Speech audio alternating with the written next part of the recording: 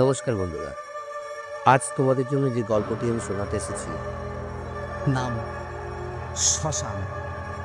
গল্প পাঠে আমি সাধন ঘোষ। গল্পটি যদি ভালো লাগে অবশ্যই লাইক, কমেন্ট অ্যান্ড শেয়ার করবে। এইরকম আরও গল্প শুনতে আমার চ্যানেলটিকে অবশ্যই সাবস্ক্রাইব করবে।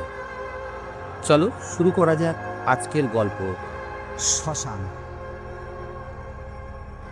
আমি, সৌভিক, সম্রাট আর আবির, আমরা 4 বন্ধু কৃষি বিশ্ববিদ্যালয় থেকে স্নাতক শেষ করে আমাদের গ্রামে গিয়ে হাঁস মুরগি পালন, গরুর খামার, মাছের চাষ এর পাশাপাশি বিভিন্ন ধরনের ফসলের চাষ করা শুরু করি। আমাদের সমস্ত চাষাবাদ হয় আধুনিক প্রযুক্তির মাধ্যমে। সব খরচপাতি করেও অনেক টাকা থাকে। মামা আমাদের গ্রামের শেষ প্রান্তে একটা বড় জমি লিজ নিয়ে কিছু অংশে ফুল আর বাকি অংশে মাছ চাষ শুরু করি। আমাদের জমির পাশেই ছিল শ্মশান। আমাদের জমির আশেপাশে তেমন কেউ যেত না, কিন্তু গ্রামের কিছু লোক আছে যারা যে কোনোভাবেই হোক মাছ চুরি করবেই। কোনোভাবেই কিছু করা যাচ্ছিল না তাদের। প্রতিদিন মাছ চুরি হতোই। তো সেক্ষেত্রে আমরা ভাবলাম পাহারা বসাবো।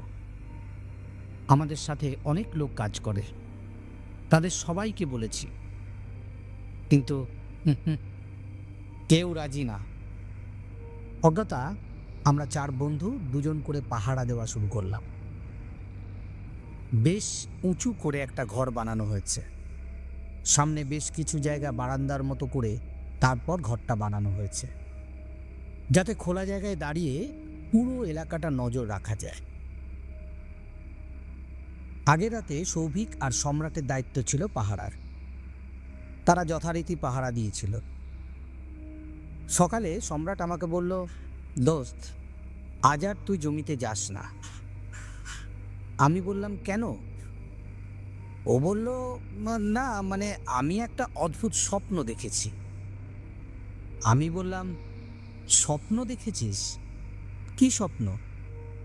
সম্রাট বলল যে রাতে হালকা ঠান্ডা বাতাস থাকবে, তুই পুকুর পাড় দিয়ে হেঁটে হেঁটে ফুলের বাগানে যাবি, বাগানে হাঁটতে হাঁটতে তুই কিছু ভয়ঙ্কর জিনিস দেখবি, বুঝলি? আমি বললাম যে আমি একা থাকবো না তো, আবির থাকবে আমার সাথে। ও বলল, না, আবির থাকবে না। আমি বললাম, কেন? কেন আবির থাকবে না? ও বলল, জানি না। ওর কথা শুনে আমি বললাম, দোস্ত, স্বপ্ন সত্যি হয় না। বেলা 11টার দিকে আমাদের পাশের বাড়ির গণেশ কাকা মারা গেলেন। ওনাকে চিতায় তুলতে তুলতে বিকেল 5টা বাজলো। রাত 11:30টার দিকে আবিরকে বললাম, চল জমিতে যাই। ও বলল, দোস্ত, আমার শরীরটা ভালো না, আমি যাব না, আর তুইও যাস না। একটা দিন না গেলে কিছুই হবে না। সবাই বলে যেদিন কাউকে পোড়ানো হয় সেদিন নাকি শ্মশানের আশেপাশে যেতে নেই। আমি বললাম যে কিছু হবে না, এই বলে আমি একাই চলে গেলাম। যাবার সময় দেখলাম গণেশ কাকার চিতা তখনও পুরোপুরি নেভেনি। আমি গিয়ে যখন পৌঁছলাম, মাঝে মাঝে চিতা থেকে বীভৎস গন্ধ আসছে। আজকে যেন এই রাতের পরিবেশটা অন্যান্য রাতের পরিবেশের চেয়ে সম্পূর্ণ আলাদা। জমিতে আসার পর মনে হলো আজ আসাটা উচিত হয়নি। আর কি করা যাবে, এসেই যখন পড়েছি তখন কি আর করব। রাত 12:30টার দিকে প্রচণ্ড ঝড় বৃষ্টি শুরু হলো।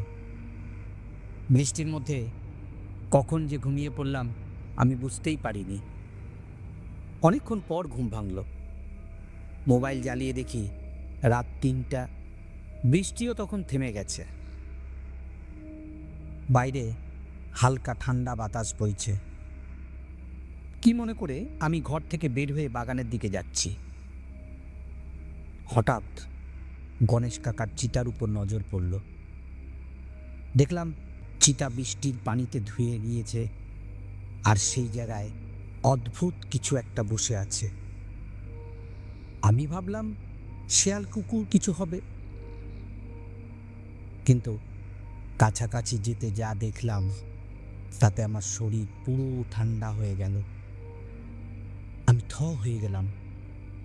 দেখলাম যে গণেশ কাকার চিতার জায়গায় একটা অর্ধেক মানুষ দু হাতে ভর দিয়ে হাড্ডি খাচ্ছে।